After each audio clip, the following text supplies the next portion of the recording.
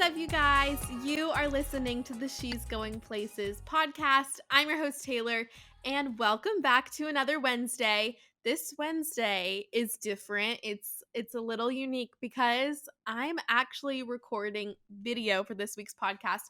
I am uploading this week's episode of She's Going Places on YouTube. So if you're listening on Spotify or Apple Podcasts, make sure to go over and subscribe to our YouTube channel, which is just kind of crazy to think about and to think that I'm going to be growing the podcast to a new platform, but I'm really, really excited about it. I've always wanted to have video. I love watching video podcasts. I used to never get it. I was like, okay, let's stop with the video content. We have TikTok, we have people creating YouTube content generally. There's plenty of video content out there. Podcasts, it's supposed to just be audio. It's supposed to just be an audio experience, but I've gotten super into listening to video podcasts, and so watching video podcasts. And so I was like, "Ooh, should I make She's Going Places a video podcast?" And so impulsively, I just dropped Hunter off at the airport. He has a work trip, and I have the apartment to myself, and I impulsively decided to record the podcast. So if you're watching, you can see a little bit of our home, which I don't think you guys have gotten to see unless maybe you're have seen it in clips on my personal Instagram or maybe on the She's Going Places Instagram. But I'm on our couch. We have some wedding photos behind me. I mean, just by luck, I have some She's Going Places colors flowers over there. But welcome to my home. Welcome to the first video episode of She's Going Places. Sorry, audio listeners, if you're feeling a little bit left out. I always would hate that when people had a video podcast and I was talking about the video, but I'm literally staring at myself while recording, it's just showing me my face. And so that's just a little bit weird to get used to, but I'm definitely going to get the hang of it. It's going to take some practice and some getting used to, but I'm literally just recording it on my computer, desktop camera. So it's definitely DIY. It's definitely grow with me. It's definitely giving low budget. It's giving do it yourself, do it at home. But I like that. It's kind of giving home movie vibes, and you're just sitting with me on my couch. And I think that that's super, super fun. And so let's just hop into this week's episode because it's going to be a really good episode. I'm really excited to get to talk about this with y'all. We're going to be talking about becoming a goal setter and what that could look like potentially for you. Fortunately for you guys, I used to be addicted to setting goals. And I mean that literally, an actual addiction. I'm not exaggerating, what got me up in the morning. It was what made me excited about my day. It's what determined my success. I would sit back and review my progress, and I made micro goals, I made macro goals, I literally made any type of goal possible. It was just really, really fun for me. And so let's talk about some of the types of goals that I used to have. I would have weekly goals, just like the average girl. Then I'd have semester goals. I would have goals for my grades. I would have fitness goals. I would have relationship goals. I would have goals in pretty much any category possible, like financial goals.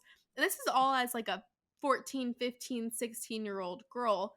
It was something that I was really, really passionate about. And I loved looking at a goal or setting a big, crazy dream or goal and being okay, what can I do today to make that happen so that I can live my dream life? And I would always look at people who were older than me. Mind you, at this time, I was in my mid to early teenage years, oh my gosh, they've accomplished so much. Those people are goal setters, and I want to be exactly like them, and I want to do that, and I want to be a goal setter, and I want to figure out how can I start working on my dream life as a 14-year-old, or how can I start taking steps towards what I want to accomplish as a 16-year-old. And I was able to turn these big, lofty goals into smaller, tangible steps that I could take when it felt super overwhelming. And so I even made a 60-year plan as a 16-year-old, which that's a little too intense. I've definitely gone off course of my 60-year plan. I wish I had it. I tried to find it for this week's episode of the podcast, but it must have been on my high school emails, Google account. And so I don't have access to it anymore, which is a shame because I would have loved to like gone through and like read it out for you guys because it was ridiculous. Like formatted, bullet points, categories, subcategories, like all the way up into when I was like in my 70s and was a grandparent. A grandparent. I had goals for the kind of grandma I was going to be. I'm not kidding. Like that's not normal for a teenager. And so if you're a teenager or high school student listening to this, I don't recommend that. That's not the pipeline that She's Going Places is trying to get you to. It's just an honest and vulnerable moment for me so you guys understand where I'm coming from in like my goals journey and like what I've learned about setting goals and like setting healthy goals. That was definitely, it was exciting. And when I would tell people about it, people just loved how ambitious I was. That it was an unhealthy mindset, but I was so driven and so excited about life. I think I had a big contrast to maybe some of my peers who were like, "Oh my gosh, I don't even know what I want to do with my life," which is the normal. And so no one really knew what to do with me. They were just kind of like, "Okay, so she's good. Like she's got her life figured out. Like she knows what she wants. She knows how she's going to get there. Like she's not the girl we're going to worry about. She's going places." You see, it's a pipeline. She's Going Places has been my life brand literally since I came out of the womb. I just, you just can't make it up. It's perfect. We love when a branding moment is perfect. But I made a 60-year plan, and the truth is my life looks nothing like where I thought I would be in my 60-year plan. Right now, if I was going according to my 60-year plan, I would be a graduate intern, so I'd be in grad school, interning for the office of the First Lady. I do remember setting that goal of going to grad school at Georgetown and doing their public relations graduate program and then interning in the office of the First Lady in my summers. And if you know anything about me, you know that's not what my life looks like at all now. 16-year-old me could have never planned for Hunter. At that point, he wasn't really in my life at all. For Samford, at that point, I was really only considering schools that were going to advance my political career. For PR, at that point, I really wasn't dead set on PR. At that point, I honestly wanted to be a broadcast journalist. That's what I originally was applying to schools to be. Like I wanted to be a news anchor, but I also wanted to be like a broadcast journalist. And I eventually, the pipeline was I wanted to be a foreign correspondent stationed in Israel and doing war correspondency for NBC. And that would be like the start of my political career. And so I couldn't have anticipated for me switching to PR. Part of that was because of where I went to school, and like I kind of just changed my mind on what I wanted to do, and the reason why I didn't do broadcast journalism honestly was because like at the time when I was like, and I think I would be a great news anchor. Like it's not shocking, the news anchor to podcast pipeline. That doesn't shock me at all. Like I still obviously love it, and I think there's gifts that the Lord gives you that are in you. And at the time of me being a 16-year-old, podcasting really wasn't a thing. And that's crazy to think about, that there's this whole industry and this whole like market of like a type of influencer, if you want to say, or a job that people have that really, of course it existed, but to the scale that it's at now, in from 2015 to 2022, literally everyone you meet in 2022 listens to a podcast. Like seriously, everyone's tuning into podcasts. Everyone's making podcasts. Every girl from your high school wants to start a podcast. Like it's just a thing, and everyone feels like they have something to say. And I think it's awesome. Obviously, I have a podcast, so I think podcasting's amazing. And so I think that was just kind of like a moment that just clicked for me. I was like, that's so funny. I was so set on broadcast journalism, and now I'm podcasting. But ultimately, I chose not to do broadcast journalism because I didn't want my whole career to be reading off a teleprompter and going off a script. And honestly, during that time, there was a lot of news coming around about like the work climate of what it looks like to work in news stations and like toxic works dynamics and honestly like sexual assault. And it was like a really scary industry to think like I wanted to step into, and just something in my gut didn't feel right about it. I had catered almost all of my school applications to doing broadcast journalism or journalism to some degree, and it kind of felt like that was falling apart too once I really started looking into it and realized maybe that wasn't going to be the best fit. So that's something I don't think I've ever shared about myself. That's just kind of funny how that just came up. And so I wasn't prepared for public relations to be a part of my life necessarily. I didn't know that I was going to be in a long distance relationship all through college. And I definitely did not plan to get married at 21. That would have been the last thing that I planned for. I think in my 6-year plan, I was planning on getting married at a ripe age of 28. I gave that short window of time only 28, not 27, not 29. I'd be married at 28. And I'm married at 21. So things are different and my life looks totally different.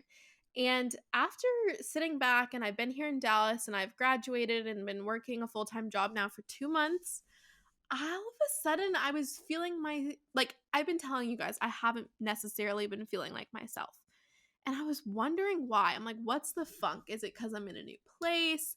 Is it because I don't like Dallas? Is it because marriage is hard? Is it because I'm far from home and friends? Like, I don't understand. Like, what's going on? And honestly, I think a big part of it is I haven't had goals. And I know that sounds crazy because if you look at my life of the last 6 months to a year, I graduated college, I got married and finished doing a 4-year long distance relationship. I moved halfway across the country to a state where I knew no one and started a new full-time job. Like, the average person would think, girl, you're doing enough. Like, you're good. You don't need to do anything else. Like, why would you need to set more goals? Like, you've arrived, I think. And there's a lot of goals that people have that maybe I've already checked the box. Maybe there's somebody listening who's like in their mid 20s and late 20s and they're thinking all I want to do is to get married, and you're just like, next goal. Like, how could you be taking that for granted? Or there could be someone out there who doesn't have a job that's like, Taylor, you literally got like a really great corporate job at a global PR agency. Like, what do you mean you want a new goal? Like, you're working. Like, or someone might be thinking, I'm super struggling in college and I don't even know if you're going to graduate, and you just graduated like summa cum laude from college. Like, aren't you good? Like, why do you need to keep, like, why is it not enough? And I think that's because none of these things fulfill me. Okay, that's just like, period. And nothing of this world really necessarily should fulfill you. Ultimately, like, your fulfillment should come from a relationship with the Lord. But I think those are all really great things and those are accomplishments. But at the end of the day, if you're someone like me, which maybe this is like a toxic mindset to have, but if you're someone like me, if once you achieve the goal, it's awesome for the moment, but then it's just kind of like, okay, what's next? And I have a what's next type of personality. I'm not saying that's like the golden standard of personalities. I'm just being honest about like who I am and like how I feel about things. And so I've already found myself kind of searching for the next thing, and I didn't feel like myself because I wasn't setting goals. And I just kind of want to take this week's podcast episode because that was just such a click for me. Goal setting might not come naturally to everyone who's listening, or you might be in a stage of your life where you're like, I can't possibly set another goal. Like, I could explode, or like, I'm doing good. Like, I don't like, this may not seem like this applies to you, but even on like the most micro level, I think anyone who's listening to this can take away something about goal setting and about having like a goal setting mindset for people who want to have successful lives, who want to be high achievers, who want to accomplish a lot. And so I kind of want to go through how I set goals, and I kind of just did like a goal reset where I was like, okay, what do I want now? Like, what's next? What does this next chapter of my life look like? And it's kind of exciting because now I'm living my life. Like, there is no more school. Maybe that's in the goals. Maybe more school is in the goals. But technically, there's no more school I have to go to. I'm working full time. I'm married. Like, now I'm just doing life. But I'm not just going to settle for just doing life. Like, we've got to be doing more. We have to want more for ourselves, I think, in order to make life fulfilling and worth living. And so, let's just hop into the first set of setting goals is to set some big girl life goals. I'm talking goals that you feel weird about like writing on a piece of paper or like typing in your phone. I have like my notes page on my phone. Literally, if you're watching the podcast, you're like, Taylor, what is the back of your phone screen? It's cracked. Anyways, that just exposed myself to the max. I thought I come across as like super put together, and then you're like, that girl's phone is shattered. Anyways, it's about setting some big girl life goals. And these are the type of goals that like you almost maybe feel embarrassed to like announce to the world. Like there was even some that I was writing in here where I was like, I don't know if I want to say that out loud on the podcast because what if it doesn't happen? And those are the kind of goals that we are setting here. So if you're listening to this week's episode, if you are hands free, which I know normally when you're listening to a podcast, you're not hands free. You're cleaning, you're working, you're walking. So you might not necessarily have a pen and paper in front of you, but you can open your notes app or like take a mental note because we are actively setting goals in this week's episode. Okay. So first section is the big girl life goals.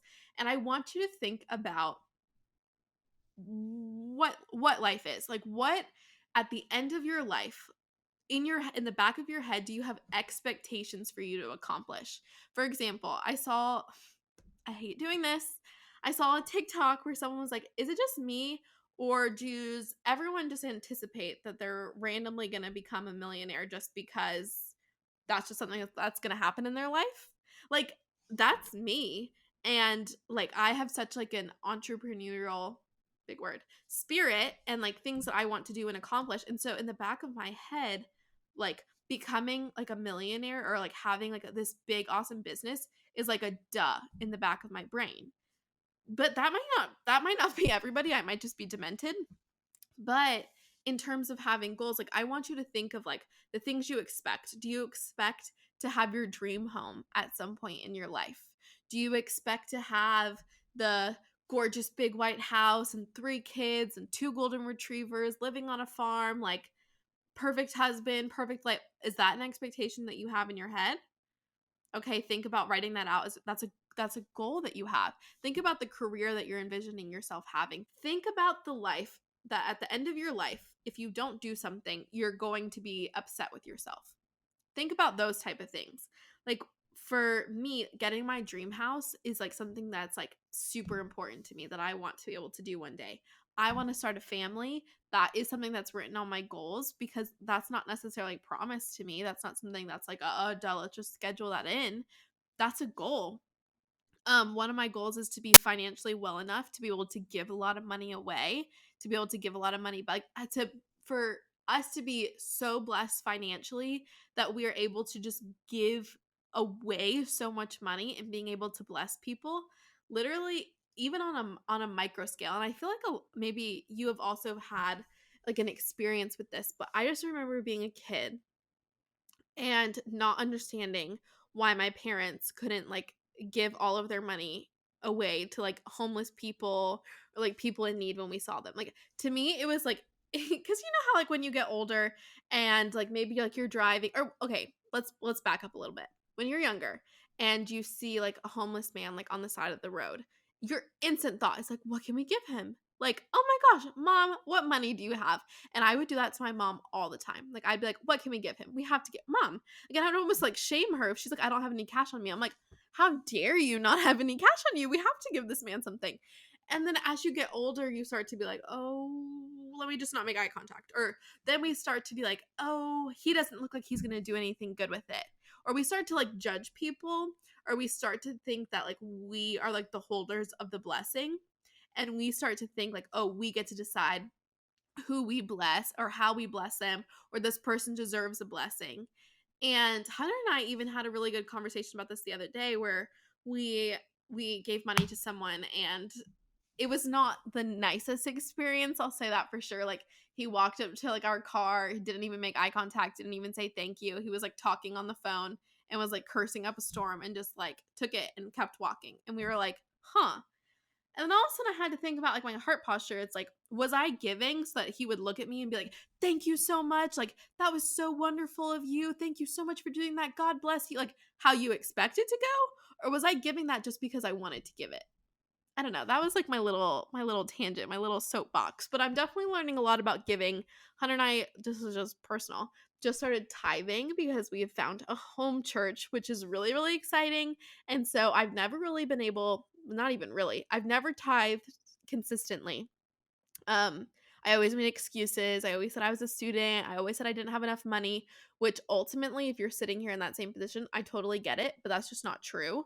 And so I regret not tithing sooner, but we just gave our first tithe. And so I'm really excited to see how my relationship with the Lord can grow through that like next layer of like being faithful with our finances, because like now I'm making money and now I have a full-time job, and like I'm possessive over that money. And like I said, like we have a lot of goals. Like I want things and I want to do things, and things cost money. And so to be disciplined with our finances and to give our first 10% back to the Lord, it is a challenge and it is an act of faith. And so that's just a side tangent just about giving and wanting to give money. But that's a goal that I have, is to be financially well, that we can just give so much away and that we can also travel all the time. Like I caught the travel bug back when I was like early high school and was so excited about it. And then I got to college and I was like, okay, like I'm just like having fun here in college. And then COVID hit and I really have like not gotten to travel super much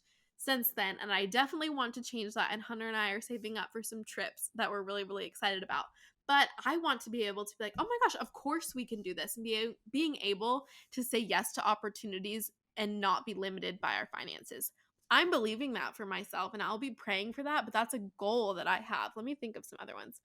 There's a couple goals on here that I'm not necessarily ready to put out into the world, but like I have big goals for She's Going Places, and that's kind of hard to honestly come to terms with, because with social media and like podcasting and the influencer space and whatever you want to call it, it's a super saturated market, and like growing in this sense, it's difficult and it's really, really hard. And so I'm just thinking about like what I want and what I want for my future, and if do I want to work a corporate job for the rest of my life?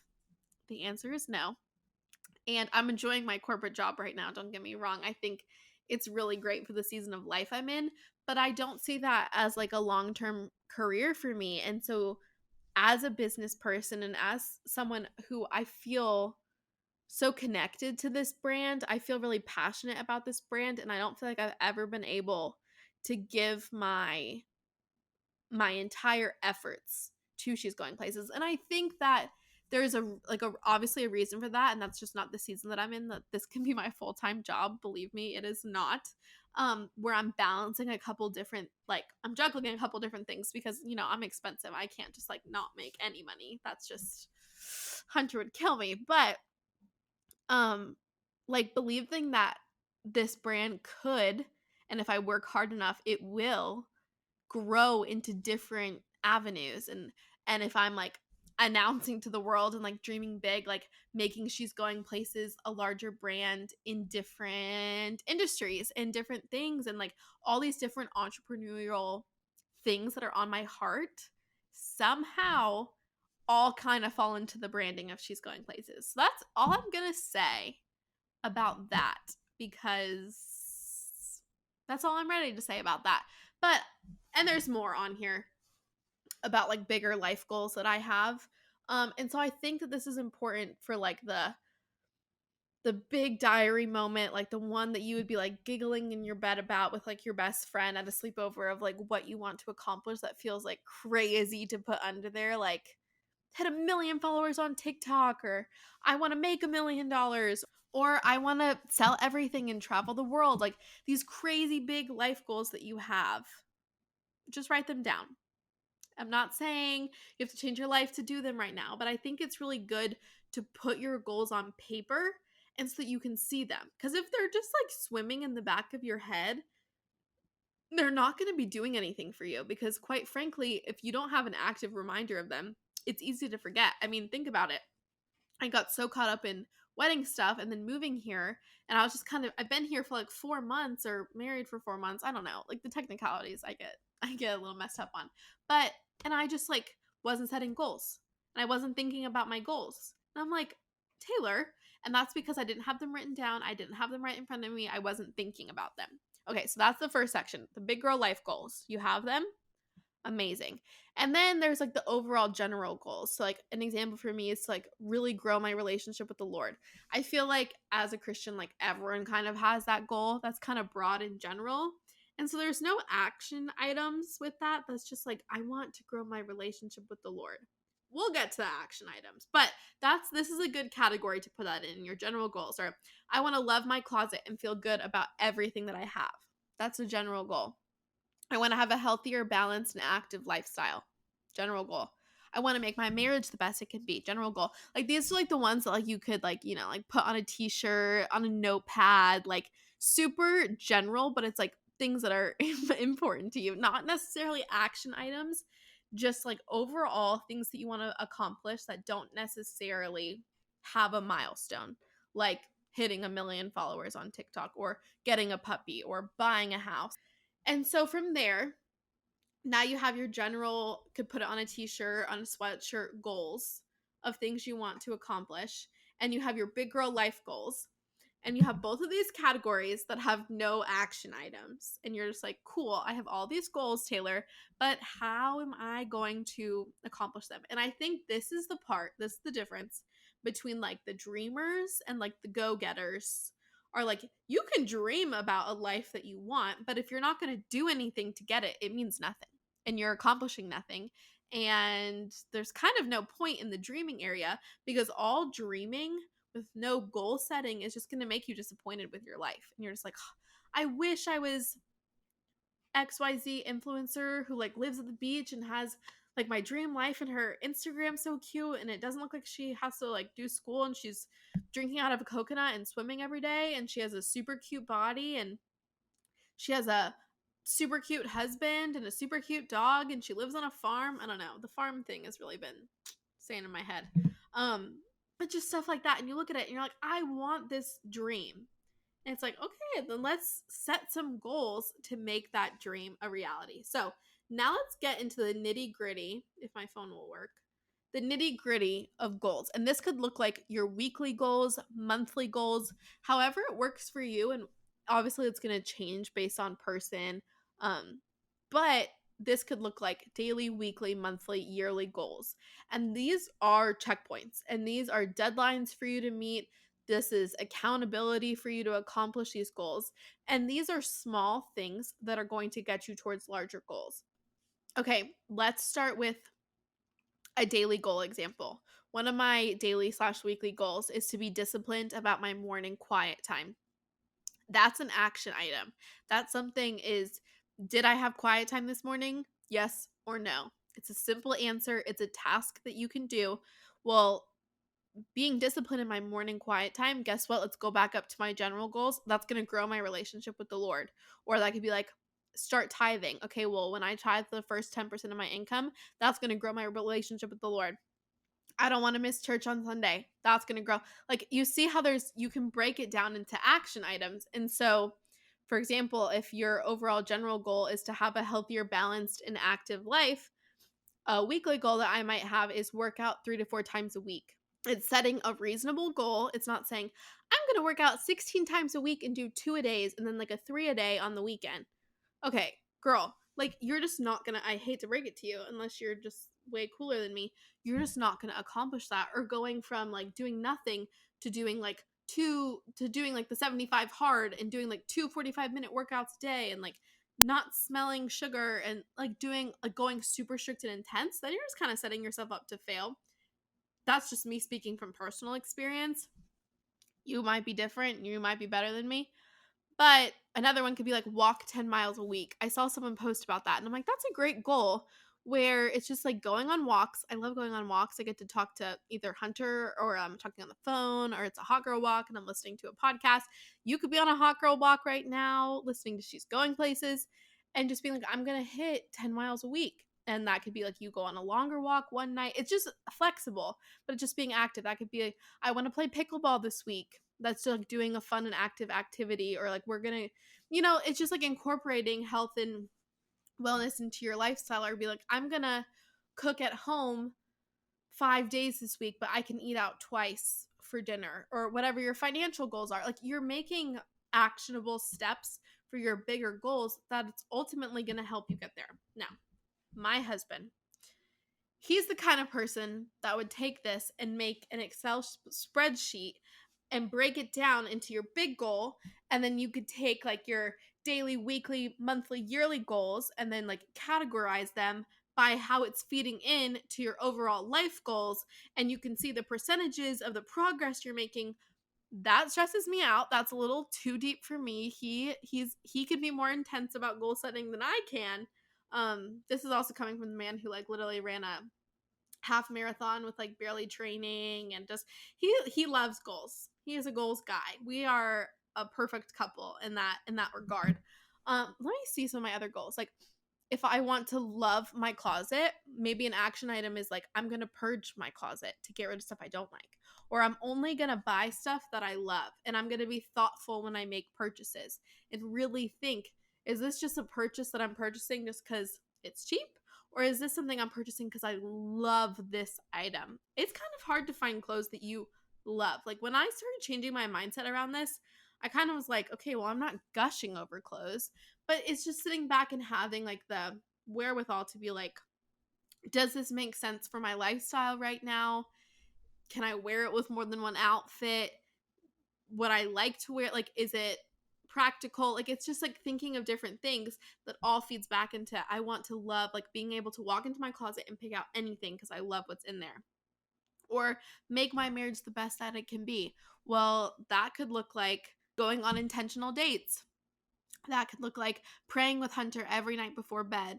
That could be asking each other really hard questions. That could be praying for your spouse. And you can substitute boyfriend, you can substitute roommate, friend, mom, daughter. Like you can put in any categories here. It's just like, what are you going to do to make your relationship with your mom the best that it can be? For me, that's like, okay, I'm going to make sure I talk to her a lot this week, and I'm going to call and check in, or I'm going to, hey mom, I know you're watching. I know you're on the YouTube game now. you're I just know you're laughing right now. Sorry, that was just for my mom. I don't think I've ever really given her a shout out necessarily on here, so I had to.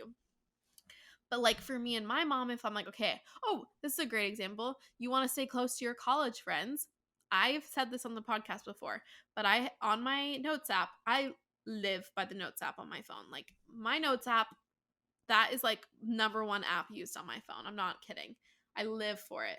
I make a to-do list every day on the notes app, and in a subcategory on my to-do list, it has friends to call this week. And it has all of my friends in check boxes. And so honestly, do I do an amazing job of going through and checking all the boxes? No. But if I'm like sitting there and I have some downtime, I go and look at that note and I'm like, who haven't I talked to? Oh, let me text this person. Oh, let me call this person. Let me reach out. Okay, well, we were in a group chat and I did see her this time. And I'm just mindful of like, okay, if I want to be really intentional about my relationships to stay close to my like college friends, well, then I need to put in the work to do that. And that looks like on a daily basis, weekly basis. That's phone calls, that's FaceTimes, that's text messages, that's Marco Polo, that's voice memos, that's sending photos. Like it's putting in the work to get the end result of us not drifting apart. Like you can't sit there and be like, me and all, I don't talk to any of my friends from high school. Well, I don't talk to really any of my friends from high school because I stopped talking to them. They stopped talking to me. We drifted apart. We both didn't work on our relationships, besides Kenzie. Kenzie's still here. You guys love Kenzie. Kenzie needs to come on the podcast soon. When I see her in person, we'll do a podcast episode. I'm seeing her in a few weeks. Yay. I don't know what to do with myself with this video. Like I keep on like staring at myself. Also, I just want to know I'm literally wearing a hot pink hoodie with a pearl headband. And it's just comfort / like a little flare of like Taylor Cordy branding. I've been a headband girl since the day I saw Blair Waldorf before my eyes. Headbands. Ask anyone from my high school, middle school. I've been a headband girl. True and true. I'm loyal. I'm getting off track. For example, if I want to grow the She's Going Places brand, then I'm going to make sure I'm uploading podcasts weekly. I'm leveling up the podcast, like doing a video episode. I'm marketing it well. I'm working on the social media. I'm trying to get advertisers. I'm trying to reach out and get guests. Like those, I could break that down into practical goals. And so it's about taking these overall life goals that you have, because it's great if you can make a to-do list at the beginning of your day and be like, I'm going to eat healthy today, I'm going to work out, I'm going to journal, I'm going to drink a green smoothie. But if you don't have like an overarching goal that you're trying to accomplish, you're eventually going to get sick of doing those things because it's going to feel like they don't have a purpose. I felt like that's been my problem, specifically with like health goals, is I'll be like, okay, I'm eating healthy this week. And so, but I'm not really like, okay, this year, because let's be honest, like health is a journey and it's a long term commitment. It's not a 1 week, 2 week, 1 month fix to problems. So if you want your health to be better, you're committing to a year, let's say, of being healthy. And so, long term, if you want to think about it like this, you could be super strict in like a calorie deficit and eat super healthy and work out twice a day for a week. And you know what? You might weigh yourself and you might have lost 2 pounds, 3 pounds, 5 pounds if you're being really unhealthy. Probably just water weight if I'm talking to a younger version of myself. And then you're so burnt out from doing that that the next week you're like, I just have to binge. And then you're eating unhealthy. And then all of a sudden you have headaches and you're spiking. And then you need a soda and then you need sugar. And you like, it's not sustainable. Whereas, would you rather take the 365 days a year, 52 weeks in a year, and be like, go hard for probably, and thinking of like the yo-yo of being inspired, probably be like crazy healthy for 6 weeks of the 52, and then just like fall into the spiral of like hating yourself for not sticking to a super intense routine? Or would you rather eat balanced and eat stricter and more healthy on the weekdays, and then let yourself eat what you want on the weekends and work out 3 times a week every single week for 52 weeks? Take 2 weeks off, but commit to doing that all year. You're gonna get a lot better results by the end of 2022, 2023 by doing that than burning yourself out into these sprints. And I've always viewed that part of my lifestyle or goal setting or like things I want to accomplish as sprints. For example, this could be a sprint, being like, I'm focusing on She's Going Places for the 48 hours that Hunter's gone, and I'm gonna make 100 TikToks and do all this. But the truth is, if I'm not consistent and I don't stay with it, it's not gonna grow. And the same way, you could be trying to find a man and you could sprint on dating apps and like sprint going to events trying to meet people, get so tired and have bad experiences that you're like, I can't date. And then you don't try again for another 3 weeks. You have to have balance. And by doing that, it's making these overarching goals and seeing what's stemming to making you accomplish your goals by the end of the year. And that's why people's New Year's resolutions don't ever work out, because they sprint at the beginning of the year and then they don't have the power to sustain it through the rest of the year. And so that's why I would encourage you to make overall life goals, general, miscellaneous, big, long-term goals, and then seeing how those long-term goals, you can break them down into yearly, monthly, weekly, and daily goals. And so that's intense to like sit down and really break it down. But like accomplishing your dreams is intense and it is awesome and it does require a ton of work. And so that's kind of like my thoughts on goal setting. I also think you should have a category of like miscellaneous goals. Like, I want to do something that I'm bad at. I think it would be good for my personal growth because I'm terrified of doing something I'm bad at. That's just a personal thing. I want to spend less time on my phone. I don't want to show you guys my screen time. I want to find a community here in Dallas. So if you're in Dallas and you're listening, send me a message. I want to try new restaurants. I want to try new activities. Those are some like miscellaneous goals that you can like check in and see how you can. Those are like goals that I'd probably say are monthly goals. I just kind of put them in like a miscellaneous category where they don't necessarily have to stem into an overall, but like they're bigger goals where it's like, for the month of June, I'm going to DM 3 girls on Instagram and ask them to go get coffee in this new area. And if they respond and we become best friends, awesome. If they don't respond, I don't care. I accomplished my goal. I reached out, you know? And so I just love goal setting, and I'm so passionate about goal setting, and I hope that this episode helped you be able to set goals like more clearly and more efficiently. I think by sitting down and like really doing it, and you could make it fun. Like you could make a vision board, you could sit down and make a really intense document, you can make just like a notes in your phone. But if you just use those categories and you use them to set goals and you really think about what you want out of life or what you want out of the rest of the year, we're halfway through 2022. Crazy, I know. But if I look back, I didn't set New Year's resolutions because I just knew this year was going to be crazy and I had grace with myself. But if you look back at your New Year's resolutions for this year, what have you accomplished? I hate to be the girl to remind you of that, but that's okay. You still have 6 more months to accomplish something that you set out for, whether you want to read more. You guys know I'm not a reader. Okay, I wish I was a reader. I'm just, that's just, it doesn't come naturally to me. Or you guys know what I mean. Like if you set these like New Year's resolutions, like now sit down and take practical steps. Like just like if you want to run a marathon, you have to train for it. You have to prepare for it. People will sit down and make like a year-long plan to get themselves in marathon shape. And in the same way, if you want to be ready to meet your husband, you got to get yourself in marathon shape. And so, what does that look like for the rest of the year? Working on yourself, getting closer to the Lord, getting closer to your girlfriends, being comfortable in your own skin, becoming more confident in the things that you have to wear, being really good at like pitching yourself and like presenting yourself well. Let's say by the end of the year, you want your dream job. Well, you probably should start practicing like pitching yourself or having public speaking opportunities. You probably should be working on your resume and getting that ready. You probably should make sure financially you're in a good place. Let's say by the end of the year, you want to make a big girl purchase. Let's say you want to buy a designer purse. You have to start saving for it. And you can save a little at a time and you make a 6-month plan. Like it takes planning to get the things that you want. And I feel like sometimes I forget that. So I know y'all forget that too.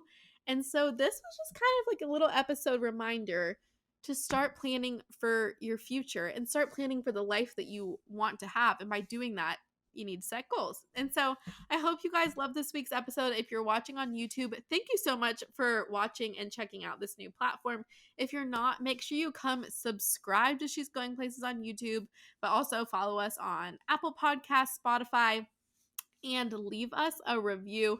That would seriously mean the world to help boost the ratings for She's Going Places. I'm getting back on my She's Going Places grind. This episode has me very inspired to put more time into She's Going Places. I've kind of been doing like the bare minimum to sustain it, and that's just not where I want to be. And so I'm feeling motivated. So there's more to come from She's Going Places. So make sure you review on Apple or Spotify. So that would be amazing. And if you're not yet, you have to follow us on Instagram. It's at She's Going Places Podcast on Instagram and on TikTok.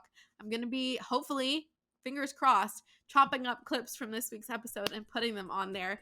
And so I'm really, really excited about that. I hope you guys have the most amazing day, and let's go places together.